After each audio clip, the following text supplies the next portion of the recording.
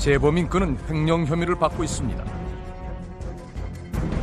대기업의 회장인 중년 남자는 회사 돈 497억 원에 손을 댔습니다. 라면 10봉지를 훔친 남자와 회사 돈 497억 원을 횡령한 남자. 과연 이들이 어떤 벌을 받게 될까? 피고는 3년 6월형에 처한다. 4년형에 처한다.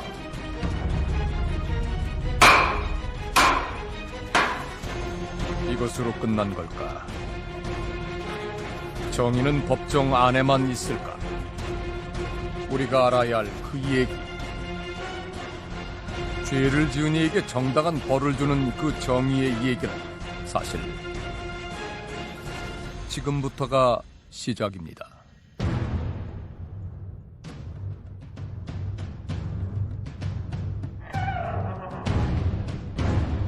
이거는 일반인들은 이해하기 힘든 얘기예요.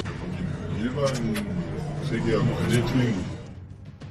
세상과는 전혀 다른 질서가 존재한다는 담장 안 세상.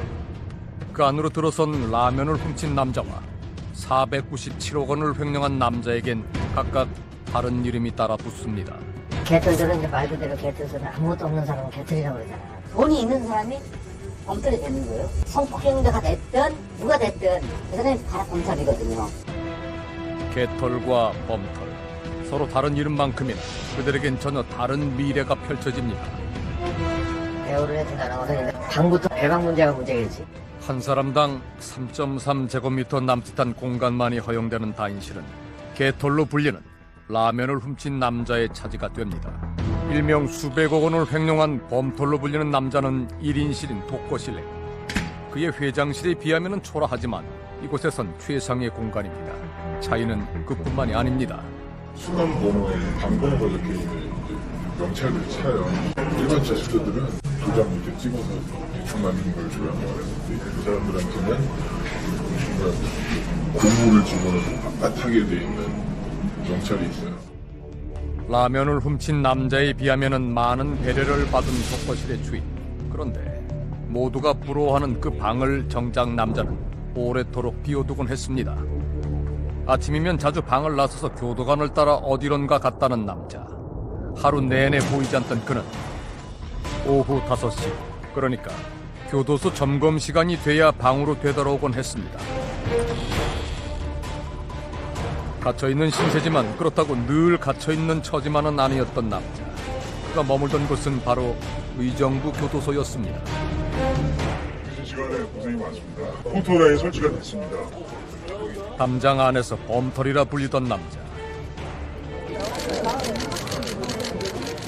그는 바로 SK그룹의 최태원 회장입니다.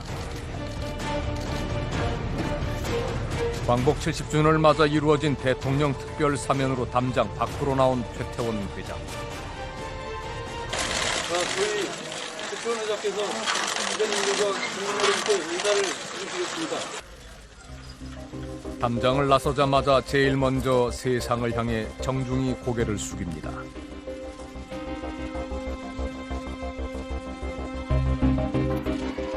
그의 사면을 보기 위해 몰린 취재진과 인파로 자정이 넘은 시간임에도 교도소 앞이 소란스럽습니다.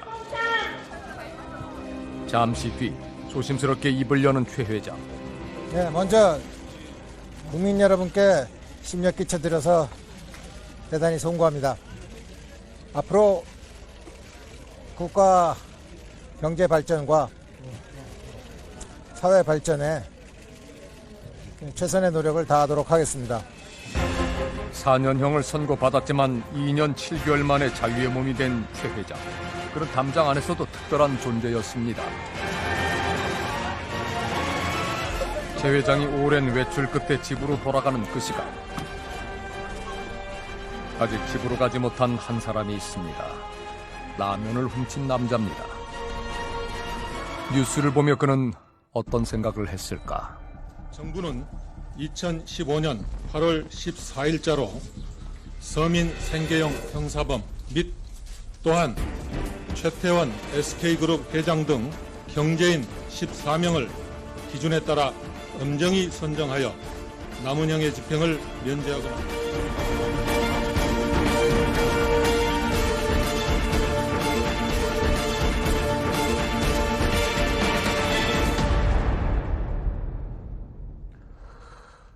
정부는 이번 광복절 특별 사면을 엄격한 기준에 의해서 결정했다고 발표를 한 바 있습니다. 형기의 70-80%를 복역해야 한다는 일반적인 사면의 기준은 물론 최근 6개월 내에 형이 확정이 됐거나 최근 5년간 특별 사면을 받은 적이 없어야 하는 점 등 무분별한 봐주기형 사면은 하지 않았다는 겁니다. 최태원 회장은 이런 기준을 통과해 사면을 받은 유일한 기업 총수였습니다. 교묘하게 집행유예 등으로 시형을 피해가는 다른 기업인 범죄와는 달리 2년 7개월이나 시형을 살았다는 점도 우리나라 현실에서는 이례적인 평가라는 시각도 있었습니다. 하지만 법 앞에 평등을 생각했던 다른 수용자들의 눈에 그는 여전히 아주 특별한 존재였습니다. 특히나 눈에 띄었던 것은 법무부가 발표한 이른바 장소 변경 접견 자료입니다. 쇠창살이 있는 일반 접견실이 아닌 조금 특별한 장소에서 면회를 할 수 있는 장소 변경 접견을 가장 많이 했던 수감자가 바로 최태원 회장이었습니다.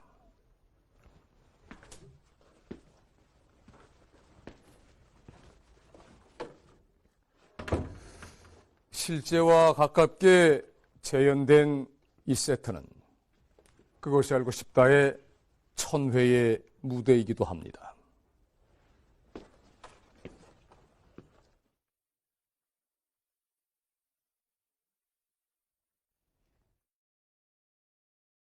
법의 심판 이후 담장 안에선 과연 제대로 정의가 실현되는지를 우리는 알고 싶었습니다. 하지만 폐쇄적이고 비밀스러운 담장 안 얘기를 담장 밖으로 꺼내는 일은 쉽지가 않았습니다.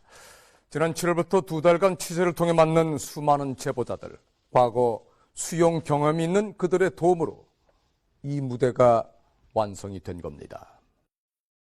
지금부터 실제와 똑같이 재현된 이 무대에서 제보자들이 우리들에게 제공을 해준 담장 안 세상 얘기를 해보려고 합니다. 최태원 회장이 사면을 얼마 앞둔 시기 서울 남부구치소에 있는 수용자에게 제공이 된 유별난 특혜가 문제가 되기 시작했습니다.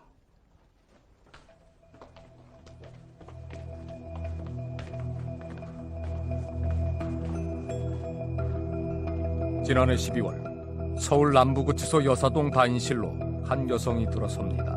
수감 번호는 4200.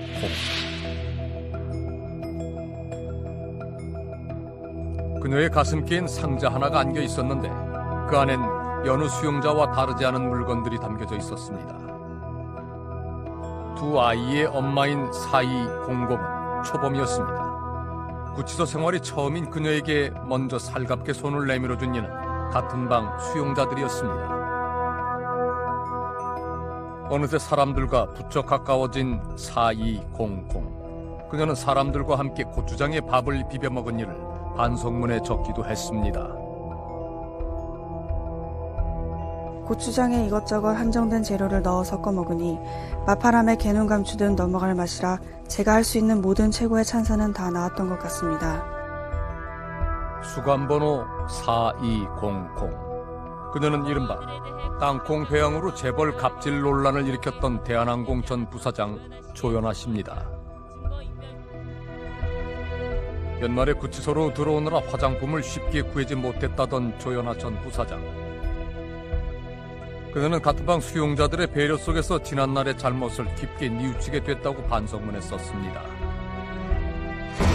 항소심 재판부는 조연아 전 부사장이 이 사회의 가장 낮은 곳에서 5개월간의 구금 생활을 통해 반성했다며 감형을 해줬습니다. 실형인 1심을 깨고 징역 10개월의 집행유예 2년을 선고한 겁니다. 항소심 판결 직후 수감번호 4200은 자유의 몸이 됐습니다.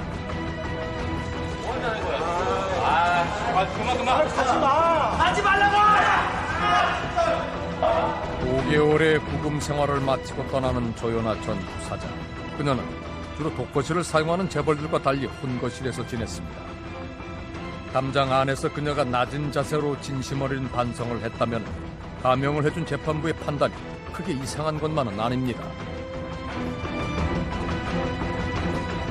하지만 조현아 부사장과 같은 시기 남부구치소에 있었다는 제보자의 얘기는 좀 다릅니다.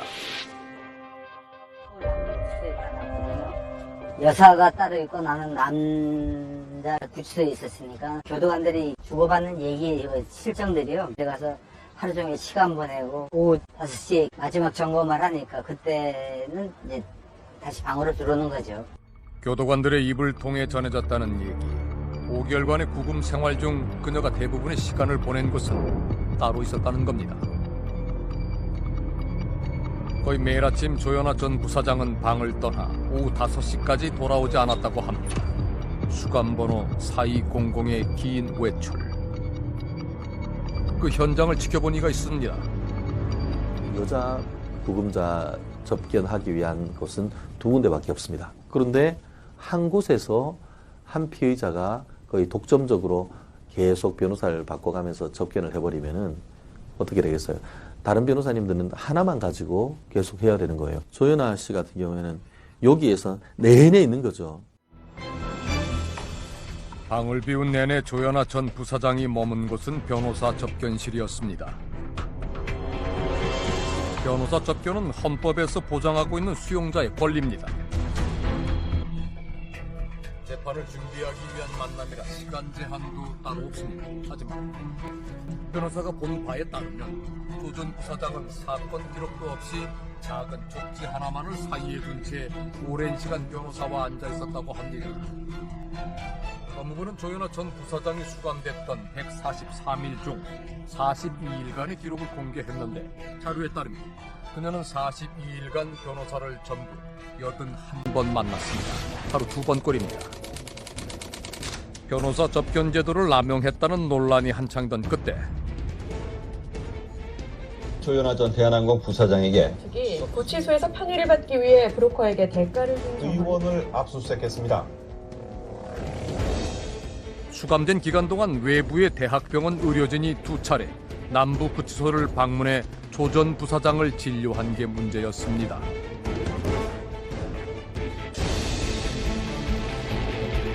수용자 단 한 사람을 위해 외부 의료진을 담장 안으로 들이는 일이 과연 가능한 일일까?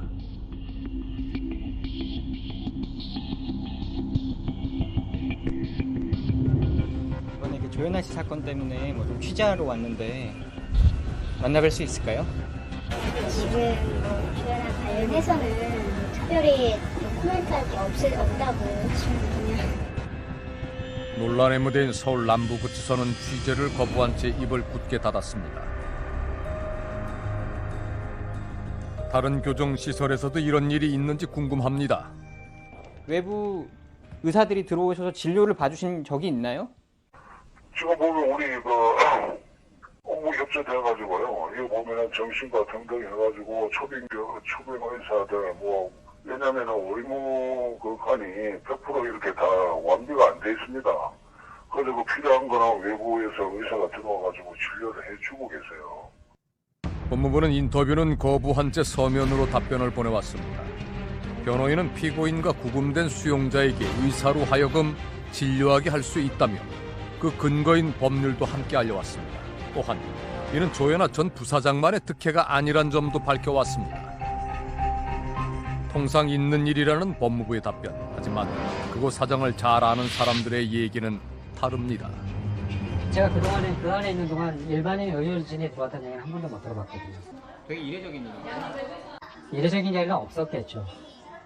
아무리 얘기해도 의무과 가기가 힘들어요. 아프다 그러면 약이 똑같아. 머리가 아파도 여서 와요. 허리가 아파도 여서 와요. 발목에 뼈가 퉁퉁 보도 여서 와요. 더 아프면은 한두 알 색다른 거 넣어주고. 제보자들은 수용시설에서는 치료약을 먹는 것조차 쉽지 않은 일이라고 입을 모읍니다. 조현아 전 부사장의 외래진료 특혜를 취재하던 중 만난 김정식 씨는 수감 중 아픈 어머니 때문에 애를 태웠다고 했습니다. 어머니? 대답 대신 그가 내민 건 한 장의 종이, 사망 진단서입니다. 그의 어머니는 우리를 만나기 열흘 전 세상을 떠났다고 했습니다. 구속 집행정지로 세상에 나온 지 2달여 만의 죽음이었습니다. 제가 어머니를 신병을 인수할 때도 그런 부분에 대한 설명이 하나도 없었어요. 이분이 어떤 질환을 갖고 계시고 그냥 단지 나가서 치료 잘 받으세요 이제. 제가 그런 내용을 알게 된 게 어머니가 재판을 받으실 때 판사님이 그걸 읽으시더라고요. 아픈 당사자도 보호자인 아들도 잘 몰랐다는 어머니의 병은 다발성 골수종과 결핵성 척수염. 이미 암 말기 상태였습니다. 치료조차 제대로 하지 못한 채 생을 마감한 어머니. 정식 씨는 그보다 더 안타까운 점이 있다고 했습니다. 이해를 해요. 재소자들이 한두 명도 아니고 전부 뭐 아프다고 해서 병원 데려가고 뭐 그럴 수는 없는데 그래도 지속적으로 고통으로 호소하는 부분에 대해서는 좀 관심을 가져야 되지 않았을 거라는 생각이 들어요. 의무 기록을 보면은 이미 올 3월부터 이상 증상이 시작된 걸로 보입니다. 척추와 골반에 퍼진 암세포 때문인지 걸음을 헛디뎌 넘어진 이은미 씨. 이때부터 그녀는 자주 골반 통증을 호소했습니다. 하지만 구치소 측에서는 진통제 몇 알만을 처방했습니다. 시간이 갈수록 고통이 더욱 심해지자 같은 방 수용자들이 대신 진통제를 처방받아 이은미 씨한테 줬지만 통증을 가라앉히지는 못했습니다. 외부 병원 진료를 요구했지만 영치금 없이는 불가능하다는 답변만 돌아왔다고 합니다. 고통을 호소하는 이은미 씨를 본 한 의무관은 불만이 많고 대화가 안 된다고 의무 기록지에 의견을 남기기도 했습니다. 그 당시 이미 상당히 암이 진행된 상태였을 이은미 씨. 그녀가 느낀 고통은 어느 정도인 걸까? 여자분들 같은 경우에 산통이 심하다고 느끼시잖아요. 그거를 10점 만점에 보통 한 8, 9점 주거든요. 굉장히 뭐 소리도 지르고 막 아프다고 막 하신 거 보면은 보통 한 7점 이상? 7점 이상? 예. 거의 산통이 버금가는 통증. 뭐 그 정도 예상이 되죠. 전문가는 이 씨의 고통이 상상을 초월할 정도로 심했을 거라고 말합니다. 원인을 한번 더 파악을 해보셨어야 됐을 것 같은데 전문하신 분들한테 치료를 받으셔야지 그 교정시설에서는 거의 불가능하다고 보죠. 암 환자에게도 진통제만 주는 수용시설. 그런 곳에서 외부 의료진이 들어와 조현아 전 부사장을 진료케 한 일은 불법은 아니더라도 평범한 일은 분명 아니었던 걸로 보입니다. 그래서 특혜 논란이 일었고 그 배후로 한 남자가 지목이 됐습니다. 한진그룹 계열사 사장에게 보낸 딱 한 줄의 문자 때문에 검찰에 검거된 브로커 연모 씨. 그는 이미 대한항공과 연이 있던 인물입니다. 첫 인연은 악연이었습니다. 그는 1997년 대한항공기 괌 추락사고로 아버지와 누이를 잃었습니다. 아니 그랬으면 씹고 갔을 거 아니야 지금 우리나라에서 저랬으면 시신 가지고 왜 장난치는 거야 죽은 사람 가지고 왜 두 번 죽게 만드는 거야 이것을. 가장 앞에서 제일 크게 외치던 염씨. 승객과 승무원 229명이 사망한 참사는 올해로 18주년을 맞았습니다. 최근 염씨 소식을 들었다는 유족 대표. 그러면 또 그랬구만 그런 얘기도 없고. 유족 대표가 이런 반응을 보이는 데는 그럴 만한 이유가 있었습니다. 유족회 대표를 빙자해서 그렇게 해서 합의 사인을 해달라는. 자기들이 임의대로 이제 해가지고 몇 사람들 이렇게 해가지고 사인을 해주는 거죠. 유가족 대다수의 의견은 무시하고. 1998년 그러니까 참사가 일어난 지 1년도 되지 않은 그때 염씨는 유족들을 속였습니다. 보상 협상을 돕는 대가로 대한항공 측으로부터 2억 5천만 원을 받아 챙긴 겁니다. 일반 건설 쪽이나 이런 쪽의 사업을 한 걸로 알고 있는데. 그는 이번에 한진 측으로부터 렌터카 관련 사업권을 받는 조건으로 감옥 브로커를 자청, 제3자를 통해 담장한 누군가에게 수백만 원의 상품권을 건넨 혐의로 현재 검찰에서 수사를 받고 있는 것으로 알려져 있습니다. 담장 안에서 담장 박 브로커와 손을 잡은 이는 누구일까? 어렵게 용기를 내 우리를 만난 제보자는 그가 누군지 알 것 같다고 말합니다. 물론 이제 조현아 씨가 남부구치소에 구속된다 그럴 때 저게 불통이한 거 튀겠구나 그 생각은 했었죠. 그때 이제 있었던 모든 일들이 파노라마 같이 쫙 지나가더라고요. 지난 2000년 조 전 부사장의 부친인 조양호 한진그룹 회장이 탈세 혐의로 서울구치소에 수감되었던 적이 있었습니다. 조양호 씨는 좀 특별한 케이스였어요. 그 사람은 항상 보면 화장실에 가서 진료를 받았겠죠. 담당 의무관이 있었음에도 늘 의무과장이 도맡아 진료를 했다는 조양호 회장. 그런데 어느 날 밤에 전화를 하셨어요, 저한테. 조양호 씨 때문에 중수부 조사를 받고 내일 출근을 못할 것 같다. 나는 미국을 간다. 그리고 미국 가셨어요. 그때나 지금이나 수용시설에서 특혜를 줄 수 있는 가장 직접적인 사람이 의무과장이라는 게 그의 설명입니다. 상품권을 받았는데 솔직히 말해서 백문을 아무리 못 받는다 그래도 6,700은 받아요. 이게 살기 어렵진 않아요. 그 위에 다른 어떤 힘이 있다? 당연하죠. 현재 교정 공무원의 생각처럼 만일 감옥 브로커 염씨가 조현아 전 부사장에게 특혜를 제공하기 위해 누군가에게 접근을 했다면 그 사람이 남부구치소 의무과장인 걸까? 그런데 조 전 부사장의 구치소 내 특혜 의혹이 제기된 직후 갑작스런 인사이동이 있었습니다. 소장과 부소장이 부임 1년을 채우지 못하고 다른 곳으로 떠난 겁니다. 그리고 서류엔 이름이 없지만 또 한 명의 전출자가 있었습니다. 그의 이름은 임태수, 남부구치소 의무과장입니다. 그는 지난 2012년 대통령 표창을 받았던 인물입니다. 그에 대해 잘 안다는 제보자는 의무과장이 타 지역으로 전출된 사실에 매우 놀랍다는 반응을 보입니다. 한 곳에서 오랫동안 이제 머물 수 없게 돼 있다고 들었거든요. 이렇게 옮기게 돼 있어요. 거기에 계속 오래 있다 보면 이런 부정부패가 생길 수가 있으니까 원래 옮기셔야 되는데 여기에서 되게 오랫동안 있으셨던 걸로 알고 있어요. 네, 저도 17년인가 그 정도 됐다고 들었던 것 같은데. 정기 인사도 비켜가며 17년간 남부구치소 의무과장 자리를 지켰다는 임태수 씨. LTO 받을 때 저희가 제일 우선순위를 받을 수 있을 정도. 원래는 보통 다른 구치소나 교도소 같은 경우에는 보안과장님이 제일 세세요. 그때 남부구치소 있을 때는 의료과장님이 제일 과장님들 중에서는 파워가 셌다고 이렇게 들었거든요. 정년퇴직 앞둔 주임들이었는데도 불구하고 의무과장이 생각보다 젊거든요. 근데도 뭐 앞에서 행동도 한 번은 못할 정도로 서설주니까 상당히 좀 파워가 있는 분이죠. 정든 직장을 떠나야 했던 이유는 정말 감옥 브로커와 손을 잡았기 때문인 걸까? 그의 얘기를 직접 듣고 싶었습니다. 이번이 두 번째 방문입니다. 여기 와서 저희가 명함 그리고 마련해 싶다고 해서 전달해 드린다고 얘기를 했는데 연락이 없으시죠? 예, 잠깐만요. 네. 오늘도 역시 의무과장을 만날 순 없을 것 같습니다.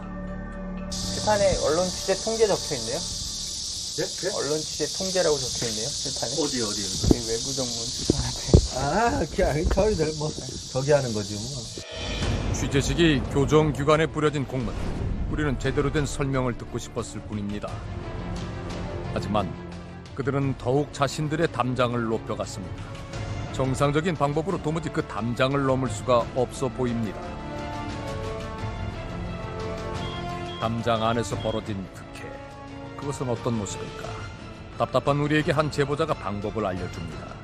그는 남부구치소에서 시설 보수 일을 해 구조를 잘 아는 인물입니다. 담배를 숨겨갖고 오다가 걸렸어요. 소 전체 CCTV를 6개월치를 돌렸다고 그랬거든요. 그 정도로 모든 게 완벽하게 다 남아있어요. 이런 논란들 뭐 이런 거 다 조차가 필요 필요 없는 거죠. CCTV 카메라. 모든 게 다 찍혀 있습니다. 지난 2011년 완공돼 비교적 새 건물인 남부구치소에는 CCTV가 곳곳에 설치돼 있다고 합니다. 특혜 의혹을 수사 중인 검찰은 이 사실을 알고 있을까? 뭐 지적된 게 있겠습니까? 그냥 수사하는 거죠. 이 남부구치소 CCTV가 뭐 굉장히 잘 설치가 돼 있어서 이분도 다 체크는 하신 건가요? 뭐 어떤 부분 말씀하시는 거죠? 기본적으로 뭐 규정에 뭐 명백히 반해서 금지 그런 부분들이 있는 건 아니죠. 검찰은 금품이 오간 관계들 위주로 수사를 하고 있지만 CCTV 화면에 대해서는 명확히 답변하지 않았습니다. 그리고 수사 대상 중에 남부구치소 전 의무과장도 포함됐냐는 우리의 질문에 검찰은 답변하지 않았습니다.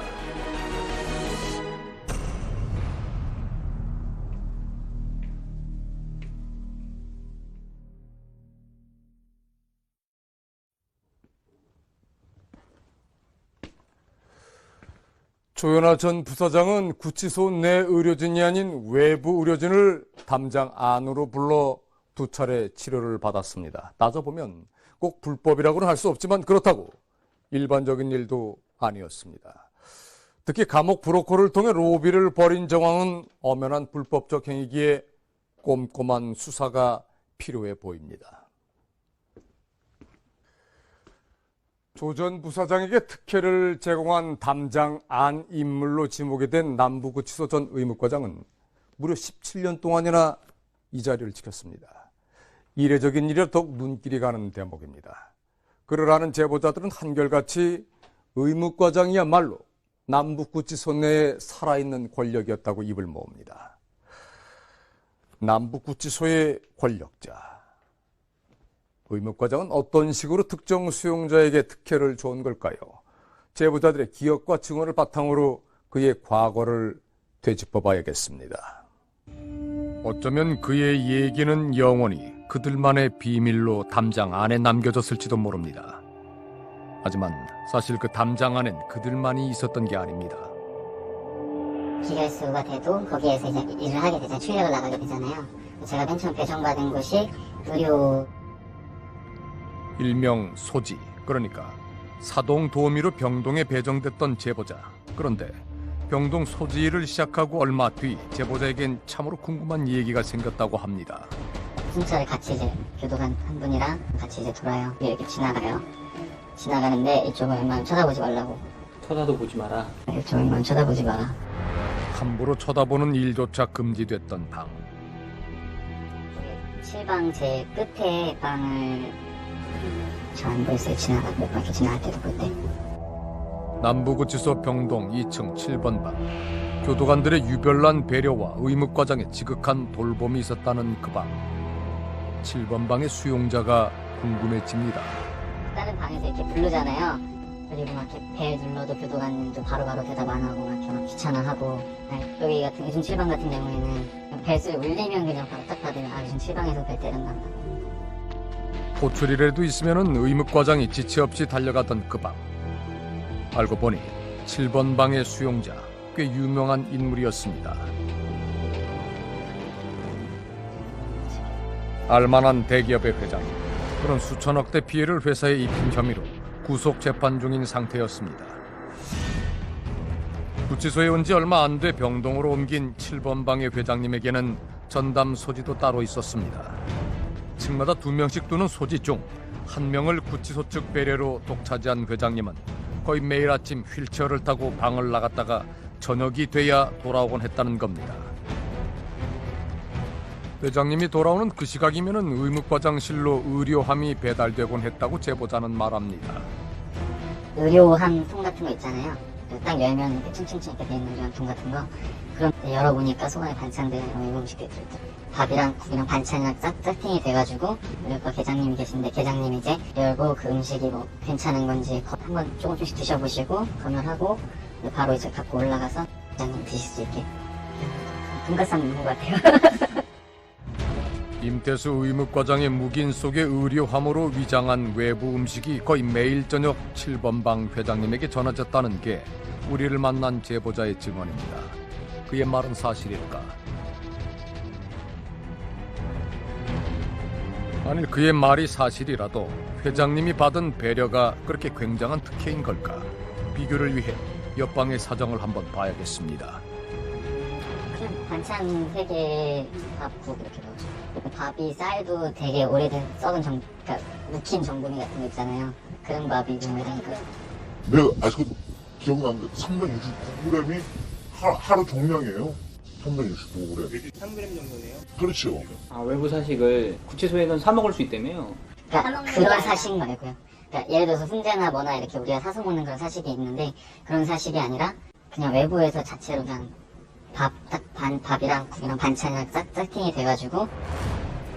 영치금으로 교정시설에서 판매하는 사식은 먹을 수 있지만 외부 음식은 자살 등 안전사고를 이유로 반입 자체가 금지된 일입니다. 사소하지만 그 안에서는 전부일 수도 있는 것들은 대부분 회장님 차지였다는 게 제보자 주장입니다. 속칭 오뚜기 통이라 불리는 이것은 온수통입니다. 따뜻한 물은 화상의 위험이 있어 꼭 필요한 경우에만 제한적으로 소지들이 수용자들에게 제공합니다. 수용자에게는 귀한 이 물로 7번 방의 회장님은 자주 샤워를 했다고 합니다. 한 번은 예상치 못한 시간에 생각지 못한 장소에서 목격된 회장님. 따뜻한 햇빛 맞으면서 여기 앉아갖고 책을 보시다가 딱 제가 오는 소리 듣고 이제 눈이 마주쳤는데 약간은 좀 곤란한 듯한 표정을 지으면서 고개를 돌리더라고요. 그래서 저희끼리 오면서 참 돈이라는 게 좋다 이제 그러고 들어온 기억이 있는데, 모든 수용자는 하루 단 한 번 30분간 땅을 밟을 수 있는데 그 규칙을 회장님만 피해갔다는 겁니다. 7번 반 회장님은 입소 당일부터 특별했다고 전해집니다. 원래 일반 수용자들 들어가면 옷을 주거든요. 근데 아무거나 줘요, 그냥. 각자 맞는 옷을 찾아서 입게 되어 있는데, 이 왔을 때는 이제 단추가 여기다 열거든요, 옷이. 근데 그게 마음에 안 드신다 그래서 단추를 여기로 바꿔서 옷을 만들어 주셨어요. 오직 7번 방의 회장님을 위해 제작된 수용잠. 그의 옷은 늘 다림질이 된 상태였다고 합니다. 한 번은 이런 일도 있었습니다. 주최한 그 골프 있었어요. 그거를 굉장히 보고 싶다 그래가지고 저희는 다 녹화 방송만 틀어주거든요. 틀어줬었어요. 골프 마지막 라운드. 자신의 회사가 주최한 골프 경기를 생방송으로 즐겼다는 7번 방의 회장님.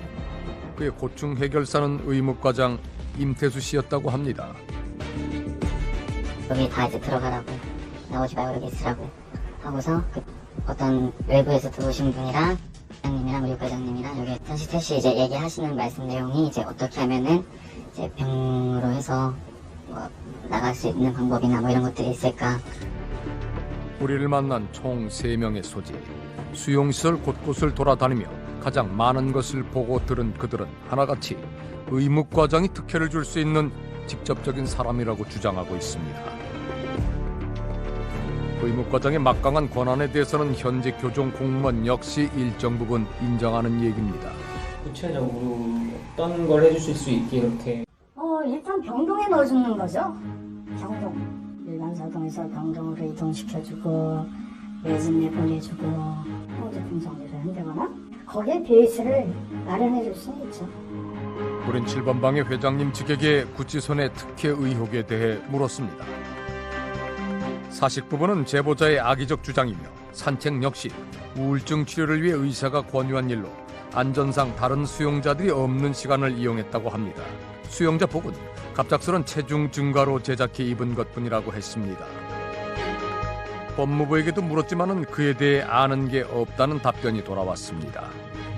제일 큰 문제는요, 의료 인력을 포함해서 투약이라든지 모든 자원 있잖아요. 그러니까 인력, 인적인 자원과 물적인 자원 다 포함해서 이 분배의 공정성이 없죠. 불법은 아니지만 집중된 배려와 혜택. 그것은 과연 문제가 아닌 걸까? 일명 소지, 그러니까 병동에서 일했던 사동 도우미들의 말을 종합을 해보면은 7번 회장님의 수감 생활은 그닥 불편해 보이지가 않습니다. 통상적으로 말하는 교도소 내 판매 사식이 아닌 진짜 외부 음식을 들여왔다면은 문제 소지가 있지만 나머지 일들은 그 불법 여부를 따지기가 애매한 부분이 많습니다. 실제 회장님 측에서 보는 반론을 보면은 모든 것은 형의 집행 및 수용자 처우에 관한 법률에 따라 한 것이기에 문제가 없다는 입장입니다. 이쯤 되면 여러분도 눈치를 채셨을 겁니다. 바로 담장 안의 특혜는 대부분 합법의 테두리 안에서 교묘하게 벌어지는 일이라는 점을 말입니다. 모두가 같아야 할 수용시설에서 무엇보다 죄를 반성해야 할 이곳에서 잠시나마 그 특권에 대한 욕망을 내려놓을 수는 없었던 걸까요? 우린 그 부분에 큰 아쉬움을 느낍니다. 무엇보다 합법이라는 이름으로 온갖 특혜를 특권층에 몰아주기만 하는 일부 교정 관계자들의 행태는 심각한 지경입니다.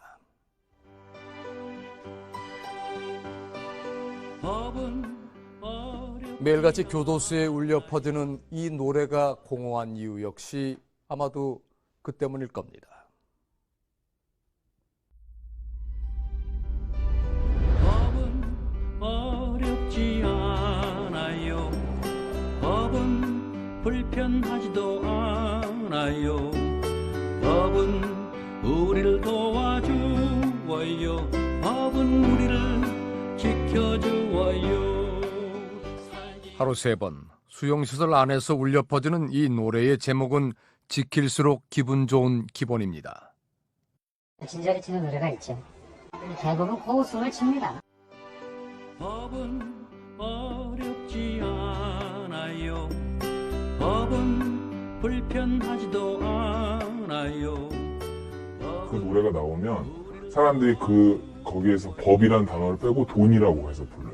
돈은 어렵지 않아요. 돈은 불편하지도 않아요. 돈은 우리를 도와주어요. 돈은 우리를 지켜주어요.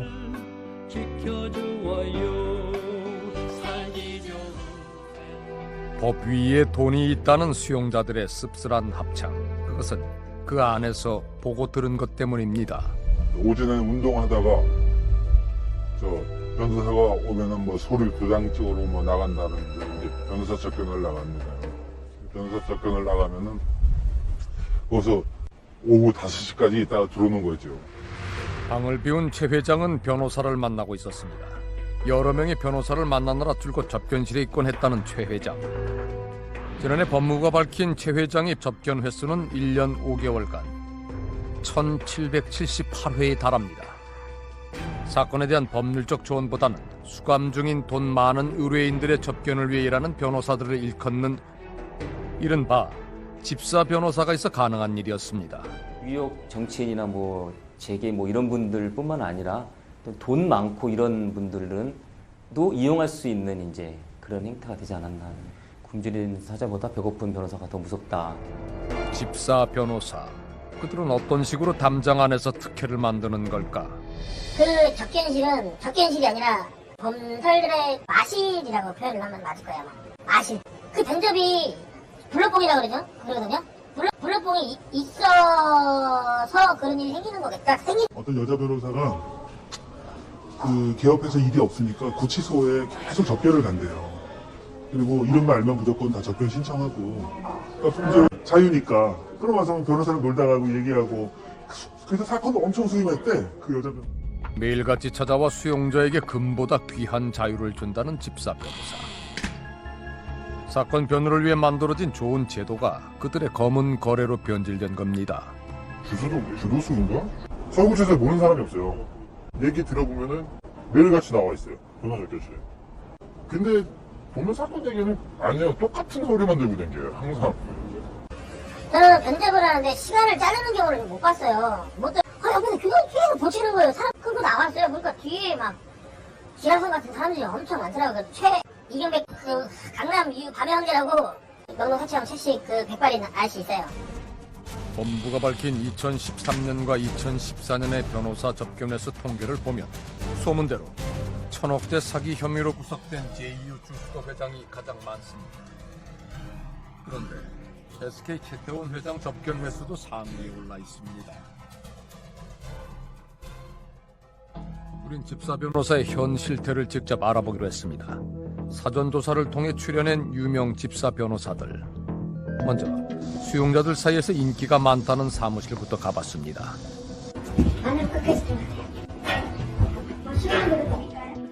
수용자가 남부구치소에 있다고 하자 살짝 난색을 표하는 변호사. 조현아 사건 때문에 지금 남부구치소도 되게 여러 명 와서 징계받았을 거예요. 조현아도 하루 종일 나와 있다고 되게 욕 들었거든. 조현아 하루 종일 나와 있었어요? 응, 그랬죠. 많이 나와 있었죠. 그래갖고 다른 변호사가 접견을 못한다고. 잠시 뜸을 들이던 변호사는 가격 흥정에 들어갑니다. 일주일에 한 2번 정도는 들어가서 볼 수는 있어요. 그러면 얼마 정도? 그러면 한 달에 300? 변호사들 사이에서 유명한 또 다른 집사 변호사의 사무실. 제작진이 찾아갔을 때 그는 외출 중인 상태였습니다. 사실은 사업하셔서 돈은 많으세요? 상관없는데. 그래서 내가 그러면은 대표사님한테 일단 전화를 해보고 가까운 데 계시면은 들어오시라고. 네. 비용은 상관없다는 얘기에 서둘러 문제의 집사 변호사를 부릅니다. 20여 분 만에 모습을 드러낸 그는 화끈한 성격의 소유자로 보입니다. 오전 같으면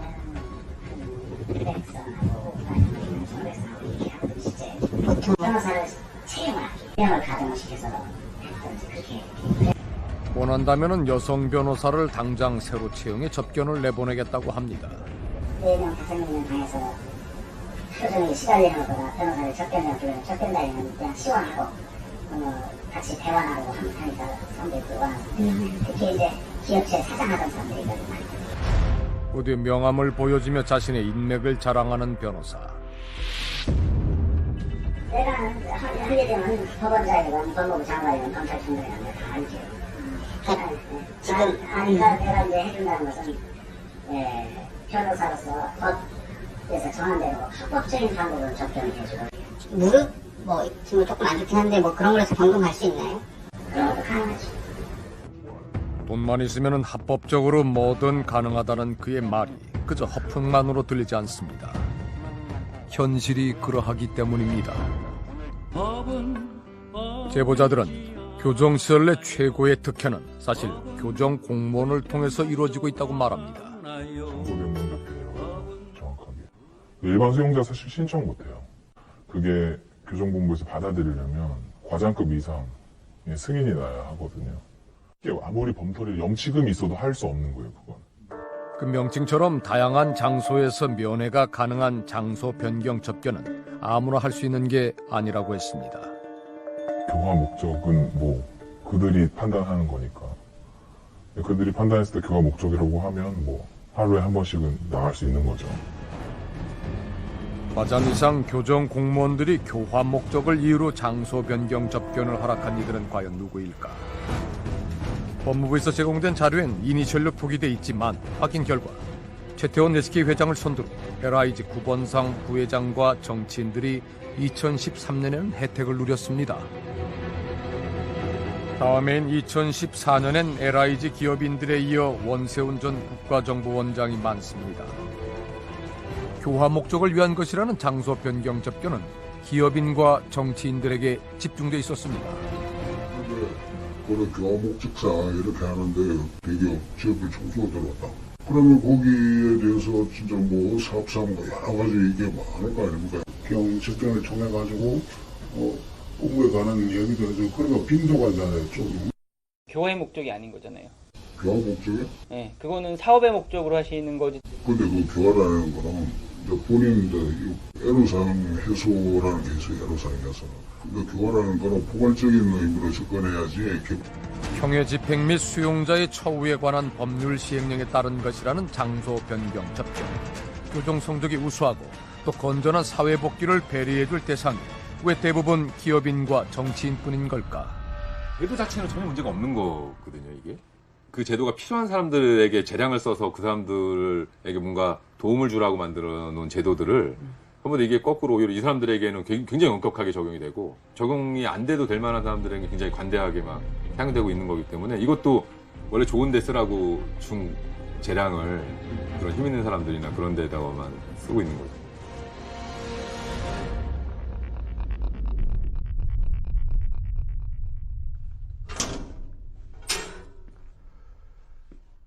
변호사 접견, 장소 변경 접견, 그리고 형 집행정지. 이 단어들은 마치 특권층의 전유물처럼 느껴질 정도입니다. 전문가들은 이런 제도들 자체가 잘못된 건 아니라고 지적을 합니다. 그 권리가 모두에게 고루 형평성 있게 분배가 된다면 최상의 제도가 될 수가 있고 그 결과 교화의 성과도 있을 거라고 전망을 합니다. 그러니까 법과 제도를 집행하는 자의 마음가짐이 법 그 자체만큼이나 중요하다는 얘기입니다. 차별적인 특혜를 문제 삼을 때마다 일부 교정 관계자들은 형의 집행 및 수용자 처우에 관한 법률을 들고 나옵니다. 법대로 했고 법적으로 문제가 없다고 그들은 항변을 합니다. 그런데 말입니다. 정작 그 법률 안에 있는 이 중요한 조항을 그들은 잊은 게 아닐까요? 수용자는 합리적 이유 없이 차별받지 아니한다. 가장 기본이 되어야 할 이 가치를 아마도 이 방 안에 있는 사람들 역시 잊고 있었던 모양입니다.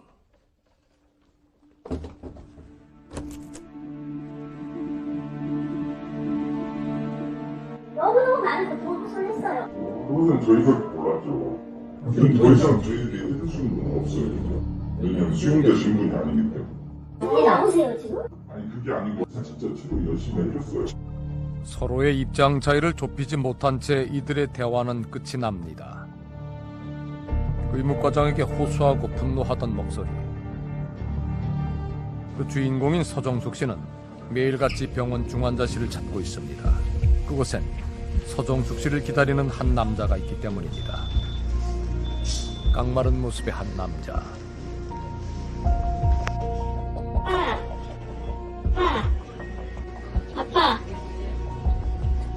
아빠, 나 알아볼 수 있겠어? 서정숙 씨의 남편 김태윤 씨는 석 달 가까이 식물인간 상태입니다. 뇌경색으로 쓰러지고 나서야 골반에 암이 있다는 사실도 알았습니다. 아내 서정숙 씨가 남편의 병을 뒤늦게 알게 된 데는 이유가 있었습니다.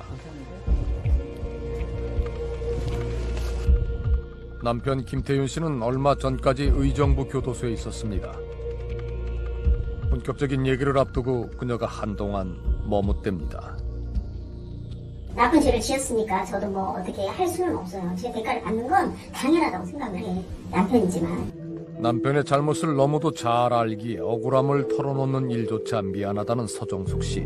대체 무슨 사연인 걸까? 우리 집 아저씨가 한쪽 다리가 약간 절어요. 소마비가 있어서. 한 3월인가? 4월인가? 그때쯤부터 봤더니 다리가 좀 저려. 힘도 없고. 그러더라고요. 다리가 좀 저려. 외부 병원을 가봐야 되겠다. 응? 여기서 신경 안 써준다. 이게 우리 집 아저씨가 아프다고 한다. 전화를 해서 물어봤더니 엄살이에요. 그러더라고요. 엄살. 지난해 남편 김태윤 씨가 고통을 호소했지만 꾀병 취급을 했다는 교도소 측. 서정숙 씨가 영치금을 넣고서야 병원에 갈 수 있었고 그 결과 요추부 척추관 협착증 진단을 받았습니다. 고통을 호소한 지 8개월 만에 자비로 수술을 받은 남편 김태윤 씨. 재활 치료가 필요했지만은 수술 후 6일 만에 교도소로 돌아갔습니다. 내가 출근하는 길에 버스 안에서 받았으니까 그랬더니 저기 뭐 대병으로 검사하러 갑니다 그러더라고요. 검사하러 갑니다. 1시간 남짓 됐는데 이렇게 박스 3박스가 왔더라고요. 그 사람 살림살이 싹 갖다 나한테 주더만 병원에다가. 그래서 형 집행정지 떨어졌으니까 그래서 올해 5월 갑작스레 형 집행정지를 해주겠다며 병원에서 남편을 인계해줬다는 교도소 측. 어릴 때 앓은 소아마비로 다리를 조금 절긴 했지만 건장했던 남편 김태윤 씨는 형 집행정지 하루 뒤 의식을 잃었습니다. 교도소 측으로부터 남편을 인계받은 뒤 찬찬히 몸을 살펴본 서정숙 씨는 이해할 수 없는 상처들을 발견했다고 합니다. 여기 욕창이지만 발 여기 있잖아요. 발 복숭아씨. 거기도 욕창이 있어요. 그걸 들었어요. 몇 시간 동안에 계속 주물러줬잖아요. 이 사람을. 막 이 사람이 그 안에서는 아무 보호를 못 받았을 거라는 생각이 들어가지고 막. 살이 썩는 욕창은 한 자세로 오래 있을 때 만들어집니다.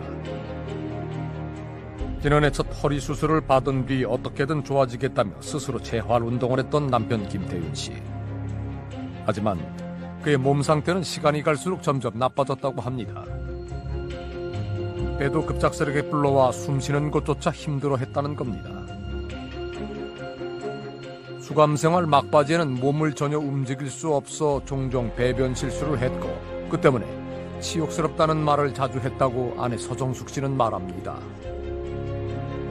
형 집행정지든 뭐든 이 사람을 좀 꺼내서 치료를 좀 해보고 싶다라는 얘기는 했죠. 한두 달 전에. 우리가 안 된다. 쉽지 않다. 거의 다 뭐 죽을 때나 뭐 해준다는 식으로 그렇게 얘기했어. 어쩌면은 마지막 치료의 기회를 놓쳐버린 것 같아 속상한 서정숙 씨. 거동 자체를 할 수 없었던 남편 김태윤 씨에게 형을 집행하는 게 의미가 있었던 걸까? 우리 남편 김태윤 씨의 의료 기록을 전문가에게 보여주고 왜 상태가 급격히 악화됐는지를 확인해 봤습니다. 뇌경색이 발생했기 때문이에요. 그 뇌경색의 원인이 되는 게 사실은 혈전이잖아요. 그러니까 흥집행정지를 했어야 되는 거죠. 그 정도의 중환자라면 움직이지도 못하고 누워있고 욕창이 생길 정도인 있는 환자를 구치소에 놔두는 거는 맞지 않는 거죠. 거동을 할 수 없는 그를 그저 눕혀두기만 한 의정부 교도소. 정식적으로 말씀드리면은 서면으로 답변하는 것이 원칙으로 되어 있습니다. 의정부 교도소 측은 서면을 통해 남편 김태윤 씨에게 욕창이 생긴 건 스스로 재활치료에 소극적이었기 때문이며 교도소 측은 적절한 치료를 해왔다고 밝혔습니다. 형집행정지 역시 의사의 의견이 있자마자 신속히 처리한 것이라고 합니다. 교도소 측은 형집행정지 하루 뒤에 발생한 뇌경색은 자신들과 무관하다는 입장입니다. 김태윤 씨가 형집행정지를 받고 나갔기 때문에 수용자 신분이 아니라는 겁니다. 그래서 마지막 날에 그때 그 얘기를 하더라고요. 이러고 그냥 죽고 싶지 않다. 이렇게 죽는 게 조금 억울하다. 근데 가슴이 아프죠. 내가 죽음을 이 사람이 많이 생각했구나. 그런 거 생각하게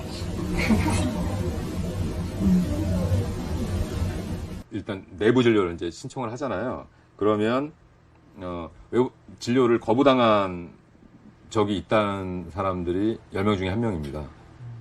그 10명 중에 1명은 아예 의사 만나보지도 못한 거죠. 외부 진료라도 받게 해줘라 이렇게 했는데 외부 진료를 받게 해달라고 했는데 이 환자를 보지도 않고 거부한 경우도 20% 정도 있다고 합니다. 구속된 재벌 총수들이나 정치인들, 일명 범털이라 불리는 이들은 앓고 있는 질환을 이유로 구속이나 형집행이 종종 정지됩니다. 전례가 없는 혜택까지 주어가며 배려합니다. 그 배려가 고루 나눠졌다면 문제는 없었을 겁니다. 지우고 싶은 과거임에도 또 나서고 싶지 않은 처지면서 이들이 우리를 만났습니다. 하고 싶은 얘기가 있어서였습니다. 저희들은 정말 수험번호도 부르고 야 이 새끼야 뭐 이러는데 이런 분들한테는 전 대표 이제 이름을 다 부르고 위원님, 청장님, 직원들이 와서 계시대요. 지네들끼리 얘기한테 야 오늘 몇 개 들어 몇 마리 들어왔냐. 한 제보자는 마음속 울분을 편지에 담아오기도 했습니다. 거기 안에 계신 분들이 양심적인 가치 기준이 법보다 낮은 거잖아요. 그러니까 범법자가 되는 거잖아요. 그래서 그걸 이제 키워야 되는 게 교정이라고 저는 생각을 하는데 그 안에서 기를 수 있는 마음은 돈에 대한 확신밖에 없어요. 돈이 없으면 안 된다는 거를 들어오기 전보다 더 뼈저리게 느끼고 나갈 거예요, 아마. 담장안.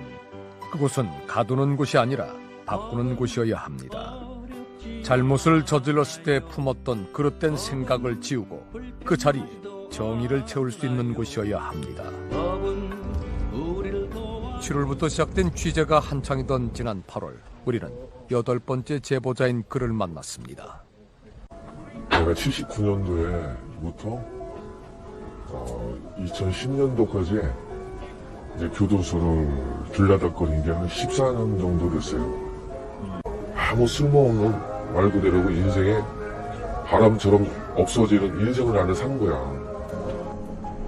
더 나아질 세상을 꿈꾸는 우리를 위해 지옥 깊은 과거마저 거짓없이 털어놓았던 8번째 제보자.